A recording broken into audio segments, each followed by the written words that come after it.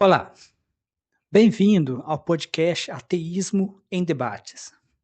Este podcast tem como objetivo apresentar tópicos que geralmente não têm uma resposta fechada, seja porque não existe uma resposta fechada mesmo, então o debate seria o melhor formato, seja porque muitas vezes o consciente coletivo acaba vendo como um debate, né? Então, questões, por exemplo, como se o cristianismo seria, um bem comum, né, ou se seria melhor o mundo cristão, o mundo ateu, são tópicos que a gente pode se basear em evidências, mas não tem uma resposta, que esteja definitiva, né. Então, Ateísmo em Debates tem como esse objetivo. O objetivo também é trazer debates clássicos, né, como grandes figuras que se debateram, como Dawkins, Richard Dawkins, Christopher Hitchens e muito mais. Eu também gostaria de produzir, talvez no futuro, alguns debates com pessoas ateístas ou até, cristãos. Esse é um desafio enorme, porque, encontrar pessoas que queiram participar do debate não tem sido fácil. Mas se você quiser indicar alguém, quiser participar de algum debate público, eu acho que, o ateísmo ele tem um potencial muito forte, especialmente para gerar debates públicos, né, sobre assuntos importantes como a presença cristã, no caso do Brasil, ou no mundo inteiro, né, a secularização. Então, eu acho que o ateísmo em debates é uma forma de criar consciência coletiva em vez de impor, né? Ou seja, é uma forma de você fazer divulgação científica, pensamento crítico, mas sem necessariamente impor uma verdade absoluta. Por isso que os episódios que vocês vão ver, eles são geralmente apresentando 2 lados, né, e para quem é ateu, um dos lados pode parecer de forma ridícula ou de forma até, impossível, né, mas essa sensação é importante que a gente tenha essa sensação de ouvir os 2 lados, né, seja aquele que defende a fé, a religião, seja aquele que defende a razão. Então, por mais que possa parecer que, não faz nenhum sentido o outro lado, acho importante a gente porque a gente vive uma sociedade cristã, de maioria cristã, independentemente se a gente concorda ou não, é importante que, como ateu, a gente aprenda a conviver com o lado oposto, mesmo que não pareça correto, que pareça ridículo. Eu quero convidar vocês a conhecer os meus livros na Amazon. São vários livros, né? E o meu livro, talvez mais focado a esse podcast Ateísmo e Debates, é A Revolução Ateísta, a Última Minoria Silenciada, que é um livro que será lançado em volumes, né? Então, fica o convite. Abração a todos.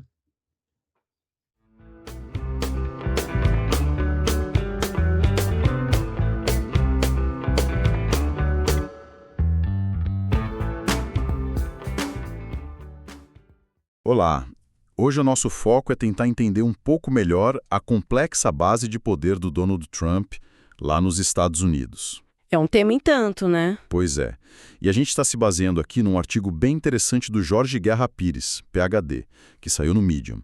Ele usa muitas ideias de um livro chamado Como Salvar a Democracia, do Steven Levitsky e do Daniel Ziblatt. Que são referências importantes nesse debate sobre democracia hoje. Exato. E a questão central que esse material todo levanta é como que uma figura política como Trump consegue, sabe, manter um apoio tão forte, a ponto de, bom, segundo essa análise, tornar possível um cenário onde uma minoria consegue governar sobre a maioria. Uhum. Então, a nossa conversa hoje vai explorar justamente isso.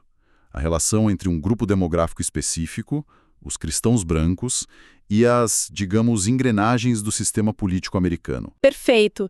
E acho importante a gente frisar desde já, o objetivo aqui não é focar só na figura do Trump, isoladamente.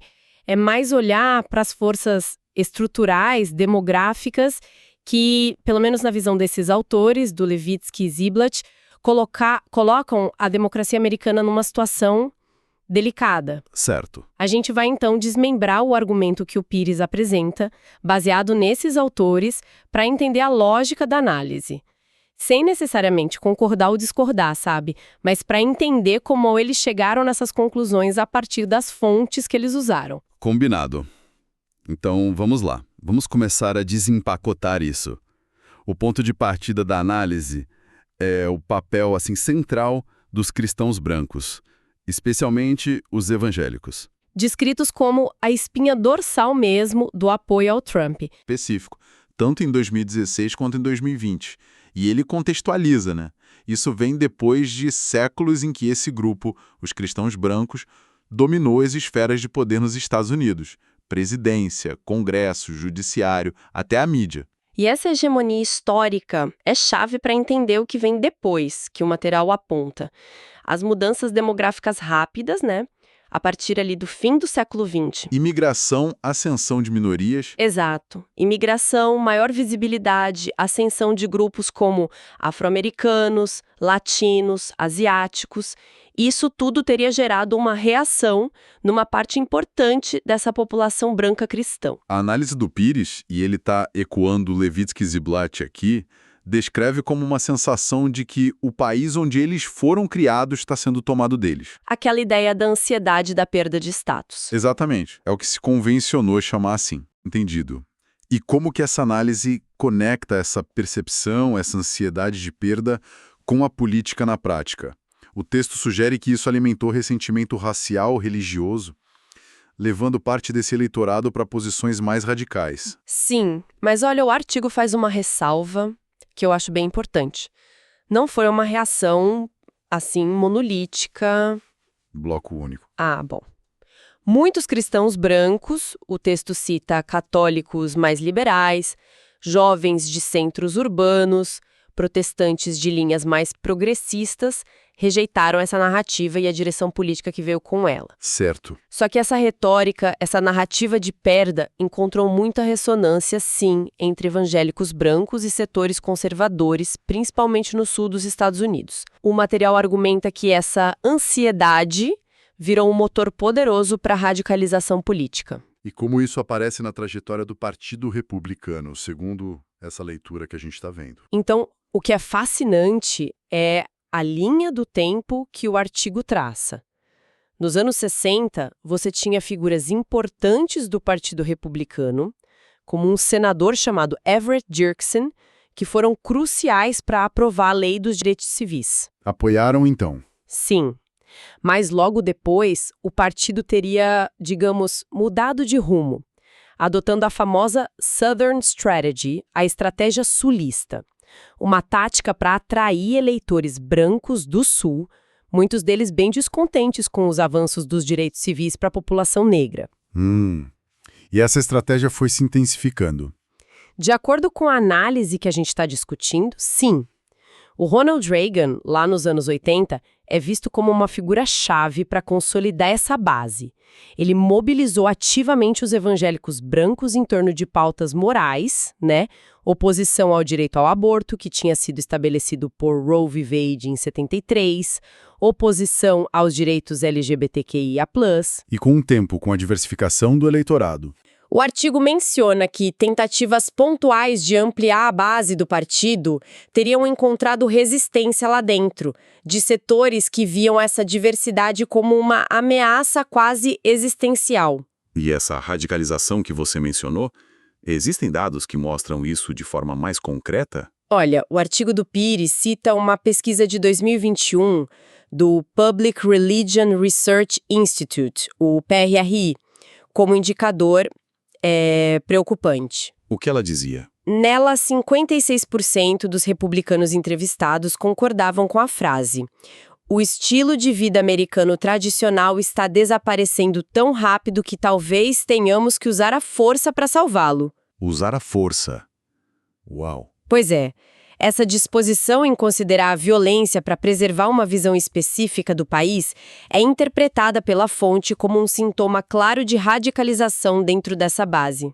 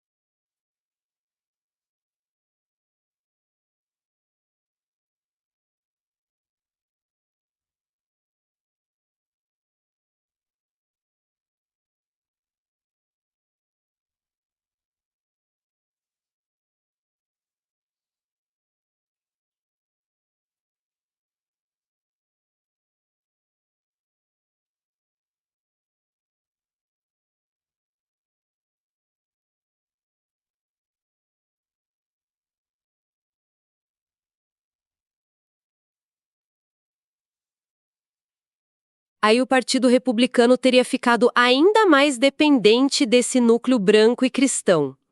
O artigo menciona que tentativas pontuais de ampliar a base do partido teriam encontrado resistência lá dentro, de setores que viam essa diversidade como uma ameaça quase existencial. E essa radicalização que você mencionou, existem dados que mostram isso de forma mais concreta? Olha, o artigo do Pires cita uma pesquisa de 2021 do Public Religion Research Institute, o PRRI, como um indicador preocupante. O que ela dizia? Nela, 56% dos republicanos entrevistados concordavam com a frase: o estilo de vida americano tradicional está desaparecendo tão rápido que talvez tenhamos que usar a força para salvá-lo. Usar a força.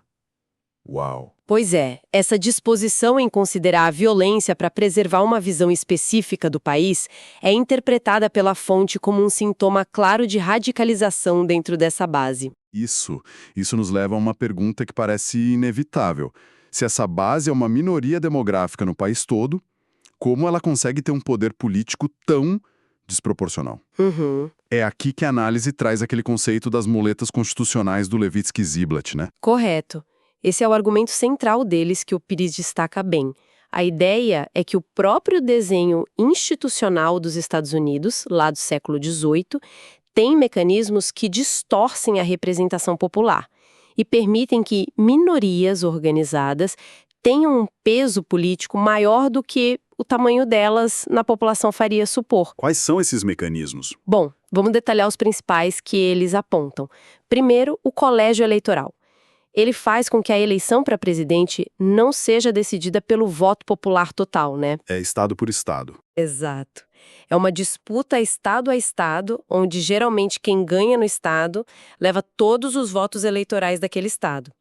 Isso permite que um candidato perca no voto popular nacional, mas ganhe a presidência. O exemplo clássico é o Trump em 2016. Exatamente. Ele teve quase 3 milhões de votos a menos que a Hillary Clinton, mas ganhou no colégio eleitoral por margens bem apertadas em estados-chave. Entendi. Além do colégio eleitoral, que outras muletas eles mencionam? O Senado é outra peça fundamental nessa análise. Cada estado americano, não importa o tamanho da população, tem 2 senadores. 2 para a Califórnia, 2 para Wyoming. Exatamente. Isso significa que estados com populações minúsculas, muitas vezes rurais, mais conservadores, têm o mesmíssimo poder no Senado que estados gigantes como a Califórnia ou Nova York.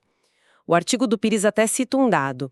Em 2016, os republicanos controlavam o Senado, representando estados que, somados, tinham só 45% da população total dos Estados Unidos. Nossa, é uma distorção grande. Dá um poder imenso para eleitorados minoritários. E a Suprema Corte, como ela entra nessa conta? Bom, os juízes da Suprema Corte são nomeados pelo presidente, confirmados pelo Senado, e ficam lá para o resto da vida. Mandato vitalício. Certo. Então, se um presidente chega ao poder sem ter ganhado no voto popular, como aconteceu com George W. Bush em 2000 e com Trump em 2016, e esse presidente consegue nomear juízes, A composição da corte fica enviesada. fica refletindo as preferências de uma minoria eleitoral por décadas e tomando decisões que afetam o país inteiro e que podem, sim, ir contra a opinião da maioria. O artigo também fala de outros mecanismos, né? Filibuster e gerrymandering. Você pode explicar rapidinho como eles funcionam nesse contexto que a gente está discutindo? Claro. O filibuster é uma regra do Senado que, na prática, hoje exige 60 dos 100 votos para encerrar o debate sobre a maioria das leis e ir para a votação final. Ou seja, uma minoria pode bloquear tudo. Exato. Uma minoria de 41 senadores consegue bloquear indefinidamente leis que têm apoio da maioria.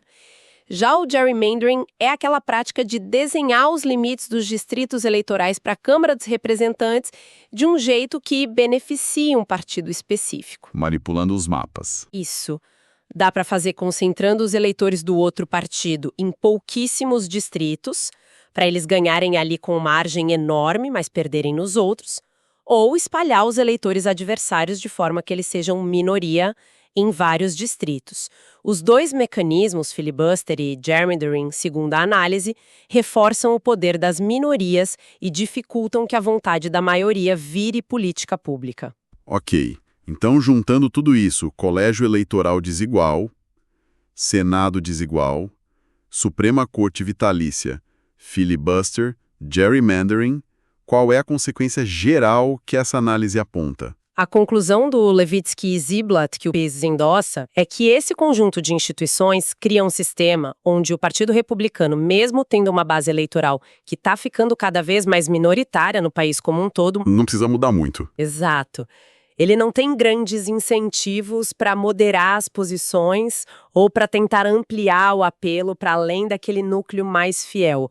Eles podem, argumentam os autores, ganhar eleições cruciais, presidência, controle do Senado, e ter um poder enorme focando só nessa base mobilizada. Interessante a comparação que Pires faz com a Europa. Sim, ele compara com partidos de extrema-direita na Europa Ocidental, que podem até ter apoio considerável, mas geralmente operam em sistemas parlamentares mais proporcionais e raramente conseguem controlar o governo sozinhos, do mesmo jeito que acontece nos Estados Unidos, segundo essa visão. Essa ideia de governo da minoria é bem forte. O artigo dá exemplos concretos de como isso se manifesta na prática, para não ficar só na teoria. Dá sim, e aqui a análise fica bem palpável. O Pires usa exemplos para ilustrar o que Levitsky e Ziblatt chamam de tirania da minoria. Situações onde políticas públicas vão na contramão do que pensa a maioria da população. Tipo, O caso talvez mais conhecido seja o direito ao aborto. As pesquisas de opinião que o material cita mostram consistentemente que mais de 60% dos americanos acham que o aborto deveria ser legal em todas ou na maioria das circunstâncias. Mas a Suprema Corte derrubou o Roe v. Wade. Exatamente. Em 2022, a Suprema Corte, com uma maioria de juízes conservadores nomeados por presidentes republicanos, incluindo o Trump, que, lembrando, perdeu no voto popular, derrubou o Roe v. Wade. Eliminou a garantia federal desse direito. Além do aborto, que outros exemplos aparecem? O controle de armas é outro exemplo clássico que eles usam. Medidas como a verificação universal de antecedentes para quem compra arma têm um apoio popular altíssimo, frequentemente na casa dos 90%, inclusive entre quem tem a arma e eleitores republicanos. E mesmo assim não passa. Não passa. Propostas nesse sentido são bloqueadas direto no Senado, muitas vezes por causa do filibuster e da oposição de uma minoria de senadores que representam estados menos populosos, mas com uma cultura de armas muito forte. E tem algo sobre questões econômicas também? Tem, o salário mínimo federal é citado.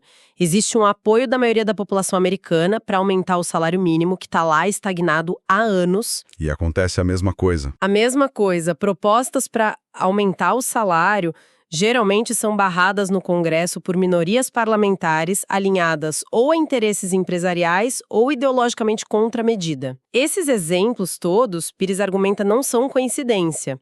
São resultado direto de um sistema que permite que uma minoria organizada, estrategicamente posicionada, imponha a agenda dela sobre a maioria. é uma análise bem contundente do sistema. Mas o artigo também complica um pouco a base de apoio do Trump, né? Ele diz que não são só os evangélicos brancos. Exatamente. O Pires faz questão de ressaltar isso. Embora os evangélicos brancos sejam o núcleo duro, a coalizão que apoia o Trump é mais diversa. Ele identifica outros grupos importantes, por exemplo, latinos conservadores. Que não são um bloco único também. De forma alguma. A maioria dos latinos vota democrata, mas o Trump conseguiu uns 32% desse voto em 2020, e com picos ainda maiores, perto de 46% entre os latinos evangélicos. As motivações variam muito. Na Flórida, o anticomunismo é forte entre cubanos e venezuelanos. Entendo. Em outros grupos, valores religiosos mais tradicionais, como a oposição ao aborto, pesam bastante. E entre outros grupos minoritários, tem apoio também. Tem uma parcela do eleitorado afro-americano. É minoritário, claro, o apoio ao Trump ficou entre 8% e 12% em 2020, mas cresceu um pouco em relação a 2016. A análise sugere que parte desse apoio vem de homens negros, alguns evangélicos, que se conectam com discursos sobre valores familiares, oportunidades econômicas ou lei e ordem. E os católicos brancos, Qual o cenário ali? Os católicos brancos não hispânicos são um grupo interessante. São menos monolíticos que os evangélicos brancos, mas ainda assim deram apoio majoritário para o Trump em 2020, cerca de 57%. O artigo aponta que questões como aborto e as nomeações para a Suprema Corte são fatores importantes para esse grupo. E a economia? Fatores nacionalistas. Sim, não dá para ignorar isso. Esses fatores atraem eleitores da classe trabalhadora, especialmente brancos sem diploma universitário. Ali, o apoio ao Trump passou de 60% em 2020. Preocupações com globalização, perda de emprego na indústria, imigração, uma sensação de declínio cultural, tudo isso ressoa muito nesse segmento. É um quadro bem mais multifacetado do que a gente imagina às vezes. Mas com essa diversidade toda de grupos, de motivações, a análise do Pires consegue identificar algum fio condutor? Alguma coisa que une essa galera toda? Sim, e esse é talvez o argumento mais central e, eu diria, provocador do artigo do Jorge Guerra Pires. Ele propõe que o elemento comum que costura essa coalizão tão diversa que junta evangélico branco, latino conservador, católico tradicional, parte da classe trabalhadora branca, não é fundamentalmente nem a raça, nem a classe social. Seria a adesão a uma visão específica do cristianismo conservador. E como que esse cristianismo conservador funcionaria como esse cimento ideológico na prática? Como ele une grupos tão diferentes? Então, segundo o Pires, essa vertente do cristianismo fornece a linguagem moral, os símbolos, a narrativa de defesa da tradição que mobiliza politicamente esses eleitores. Pautas como a luta contra o aborto, a oposição ao casamento homoafetivo, a oposição ao que eles chamam de ideologia de gênero, a exaltação da família tradicional. As famosas guerras culturais. Exato. Elas se tornam marcadores de identidade muito poderosos.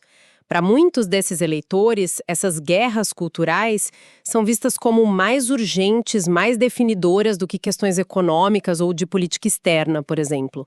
Eles passam a ver figuras como o Trump não só como políticos, mas como defensores talvez até escolhidos, né, desses valores cristãos num país que eles percebem como moralmente decadente, afastado de Deus. E essa ideia se sustenta nos dados eleitorais? Tem correlação? O Pires argumenta que sim.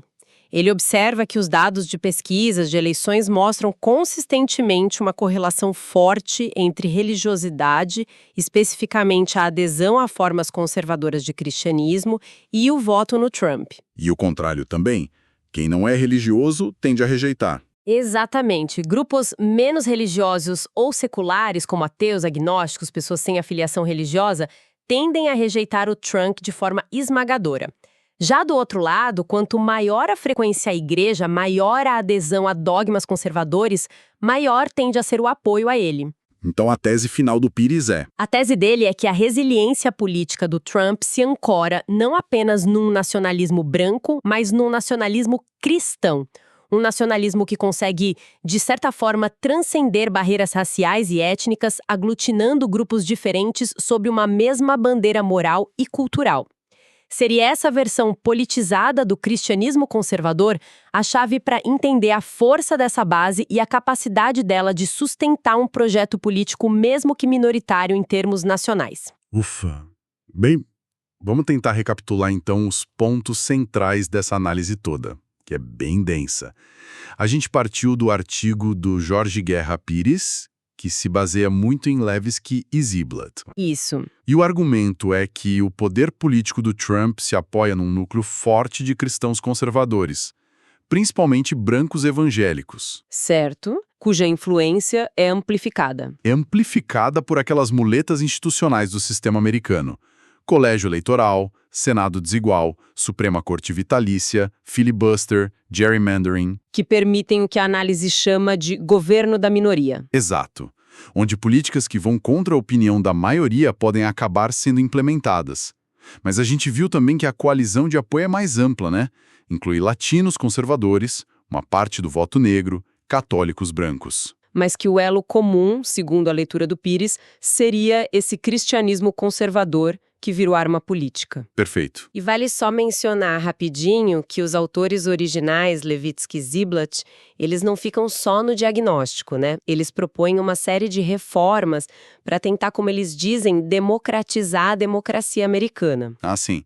Tipo, Coisas como abolir o colégio eleitoral para que o voto popular nacional decida a presidência, reformar o Senado, talvez com representação mais proporcional à população, ou limitar o poder igual dos estados pequenos, eliminar o filibuster no Senado para a maioria poder governar de fato, criar mecanismos para garantir distritos eleitorais justos, combatendo o gerrymandering, ir para a Suprema Corte. e talvez impor limites de mandato ou de idade para os juízes da Suprema Corte para reduzir o impacto de longo prazo de nomeações feitas por presidentes que não tiveram maioria popular. São propostas que indicam caminhos, mas a análise toda, no fundo, levanta uma questão final bem profunda, né? Sem dúvida nenhuma, isso levanta uma questão importante. O que essa análise toda sugere é um descompasso fundamental. De um lado, a gente tem instituições políticas que foram desenhadas lá no século XVIII, num contexto social, demográfico radicalmente diferente, e com objetivos que, segundo essa leitura de Levitsky e Ziblatt, incluíam proteger interesses de elites brancas proprietárias. E do outro lado? Do outro lado, a gente tem a realidade complexa, multiétnica, culturalmente diversa dos Estados Unidos do século XXI, com demandas sociais completamente novas. É um choque. É um choque.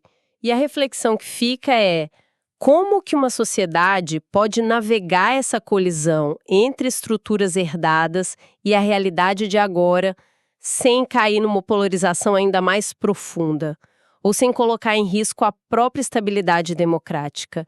Que tipo de diálogo ou de reforma seria preciso para realinhar as instituições com os princípios democráticos, de igualdade, de governo da maioria, num cenário de transformação social tão intensa? É uma pergunta complexa, sem resposta fácil e que com certeza ecoa para muito além das fronteiras americanas.